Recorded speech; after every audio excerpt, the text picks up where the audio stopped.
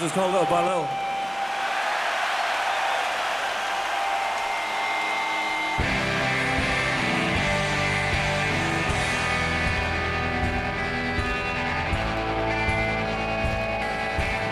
Did you enjoy doing Finsbury Park for a starter?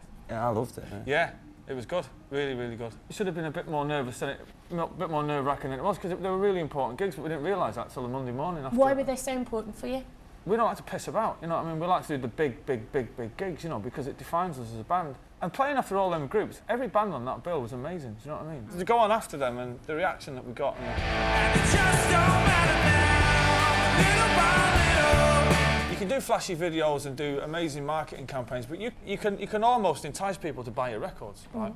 But you can't fake it to the crowd, especially the crowd that comes to our gigs. The people that come to our gigs is as real as it gets, and they would see through us in a minute if we start disappearing up our own arse.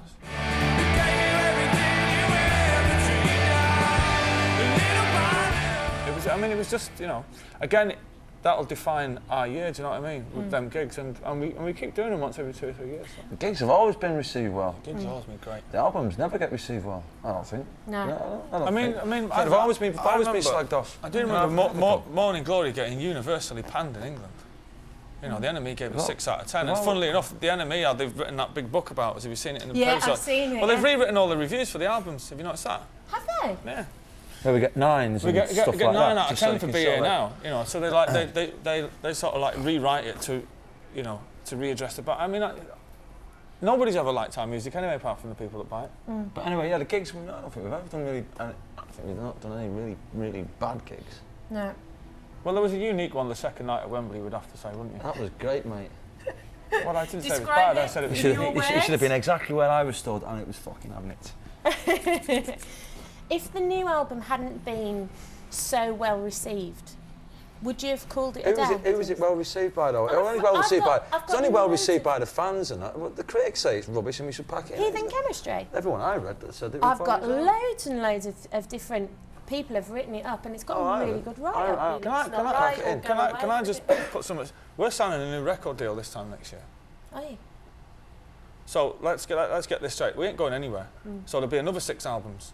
So anybody at the NME and Mojo and Select, is that still going? I think it was Q, actually. Q or whatever. Get your head around it, man, because we're in it for the long run, and we always were, you know.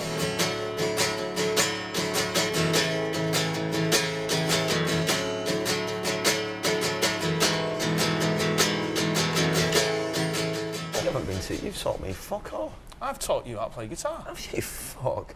Heard him, mate. Have you heard him? Where have you taught? I've come up to you all of a sudden, at 29, you just went, where did I have that? Take your glasses off, tell the truth.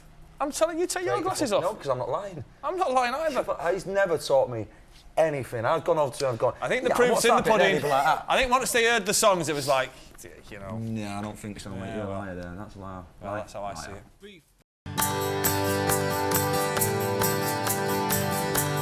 Talking to the Songbird yesterday, flew me to a place not far away. She's a little pilot in my mind, singing songs of love to pass the time. So like last year, it was like, no, in fact, it was in France when I wrote Songbird. When we were doing Standing on Songbird, so I went for a walk. And I just sat under the tree for a couple of hours, just playing this tune, which is Songbird, and then just thought of these words. I was going through a bit of a, hey. And that was it. It came up pretty easy, wrote it in about 10 minutes, and that was it. And I'll still do that. I'm not minded if I never write another song. Yeah. Because I'm quite happy singing them, and that's my first thing. It's being a singer instead of being caught about writing songs. Keith Richards said something once where, you know, you don't go after songs, songs find you. Well, to me, it's a bit special, and I don't know where it's coming from. And I can't really put my finger on it. So you but I'm glad it's happening. I think Noel's looking at Liam going, go on, son, you know. And I know he jokes, because Liam never ever plays anybody else's songs on his guitar, ever. He's always writing, all the time. Whenever you hear him with a guitar, it's going to end up in a song of his. You can't knock Songbird and Born on a Different Cloud.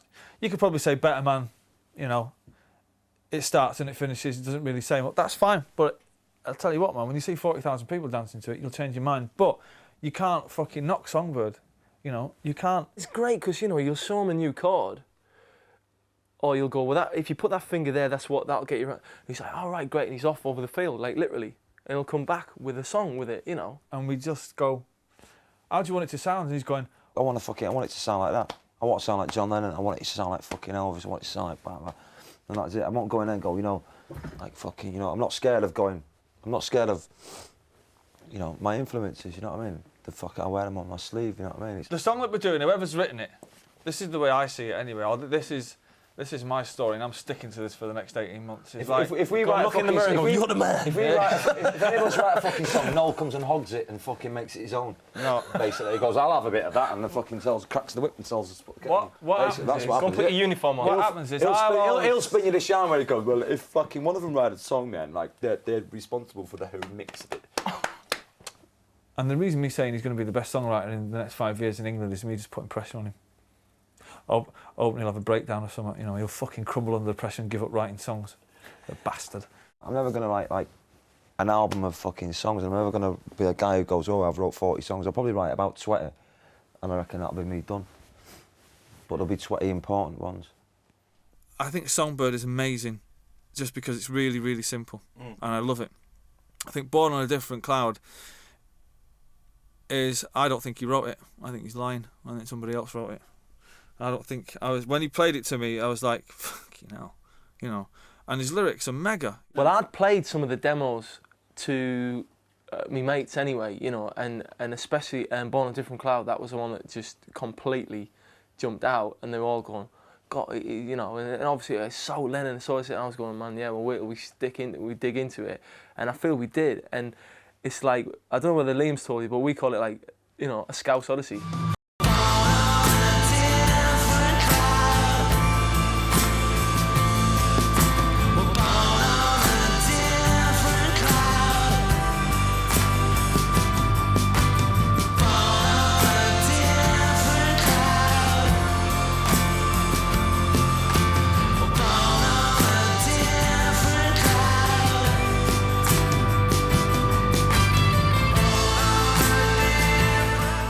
It's the music that I'd want to make, you know. I'd be fucking worried if I started playing guitar and going, and come out with some like kind of fucking Slipknot tune, and that's all I could do.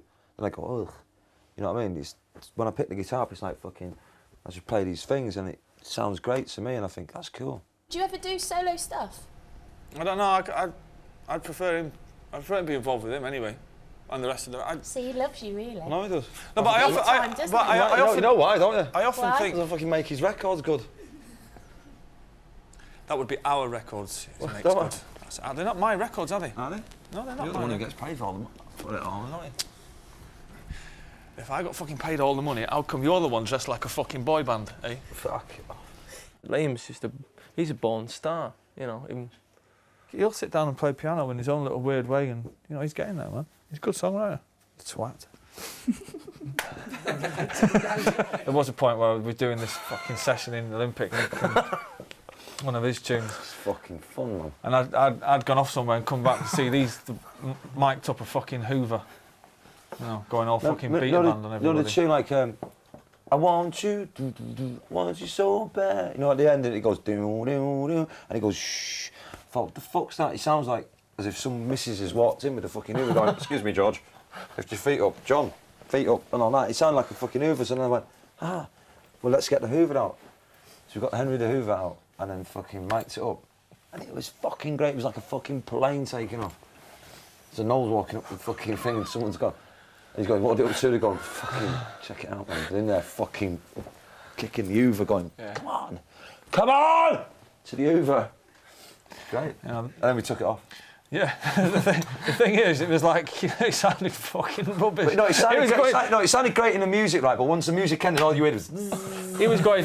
at the end. They'll sat there going. So we listen to it, man. No, we'll What, phase it, we'll flange it. They're going. Yeah. It sounds like a plane taking. I've grown to love that boy so much that it's like you just got to fucking let him do his thing, man. You know, Liam's the kind of person. He's like, he always wants more responsibility. I want to do it. I want to do it. As soon as you say, there you go. He'll, you know, you're just there, a comedy door slam, and some comedy footsteps running up the hallway, and then someone going, yeah, I'll pint of Guinness, mate. You know, and he'll fucking straight to the pub. He's like, fucking, you know, I want to do this. I want to do more interviews. Yeah, but they're going to ask you questions about, you know, about stuff. Oh, fuck that then. The day he walked in here we were doing something for Stanley Shoulders Giants, and he said, I've written a song called Little James, expecting me to go like that. I don't give a fuck what you've written. Get out, you know. And I just went, we'll play it. Then he played it, and we just went, right, it's going on the album. And he was like, hang on a minute, what do you mean? I was like, what's going on the album, man? You've just written for, I don't know, fucking hell, I don't know, if we change this bit. I was like, look, you either want to be a songwriter or you don't. He's the one person in England I'd rather go out for a drink with more than anybody, just because he's real, you know, and he's not, there's no bullshit with that boy.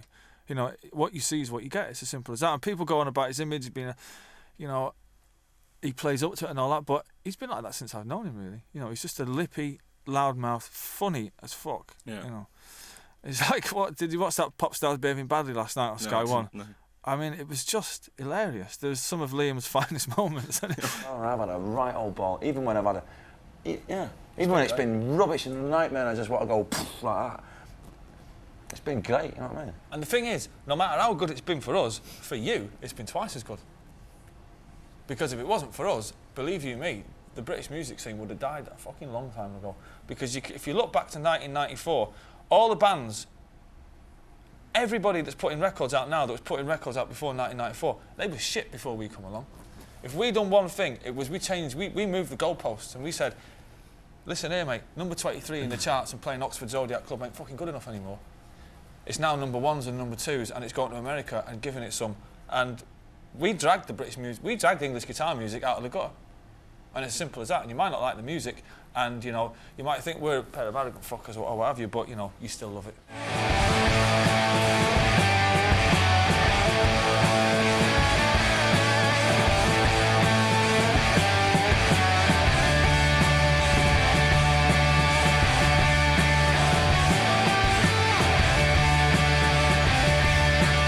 A lot of people write that certain album because they know it will sell that amount of copies, and you know, they're writing it just for the sake of that. What, they're literally in it for the cash? Yeah, they're writing an American album so it'll break American market, or they're writing this and that for that, and it's like, that ain't what it's about. You have to write.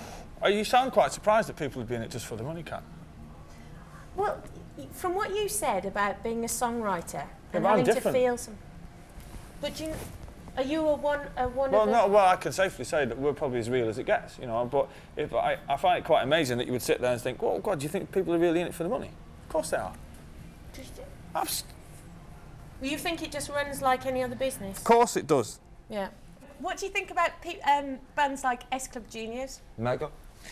Because they've got people they're as young as 11. I was in Olympic Studios, right, mixing this album, and there's a bunch of irritating little kids in the canteen, right, doing all them stupid dance moves. And I've come downstairs and I've gone, here are all the kids upstairs.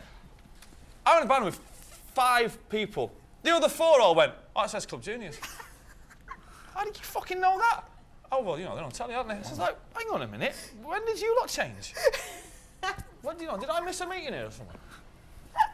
All of them, you know, the fucking Prince of Darkness. That's S Club Juniors, isn't it?